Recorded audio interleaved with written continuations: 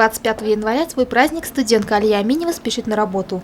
Вот уже 2 недели в обеденное время она знакомит вас с новостями города на башкирском языке. Хайырлы көн, Хелдесибай телестудияның яңылыктар хезмәте сәламләй. Студияла Алия Аминева, безнең бүгенге чыгарылышта. Мне эта работа очень нравится, по душе.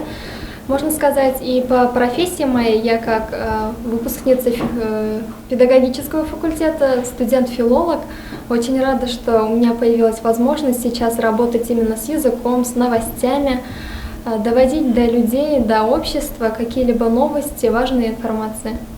После работы Алия бежит в институт, где со своим научным руководителем обсуждает дипломную работу. Свободное от учебы и работы время студентка старается проводить с пользой. Ее часто можно встретить в библиотеке, пишущей научную статью или просто готовящейся к очередной сессии.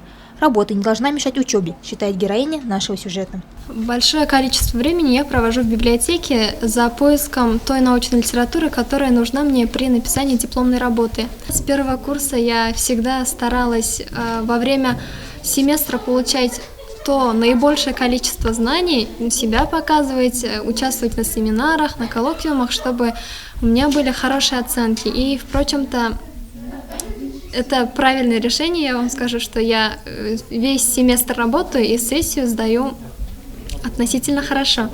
В нашем городе счет студентам идет на тысячи, и если для одних время, проведенное в стенах учебного заведения, так и остается местом догрызания гранита науки, то вот для других СУЗы и вузы прекрасная возможность обзавестись новыми друзьями, перспективами и даже работой.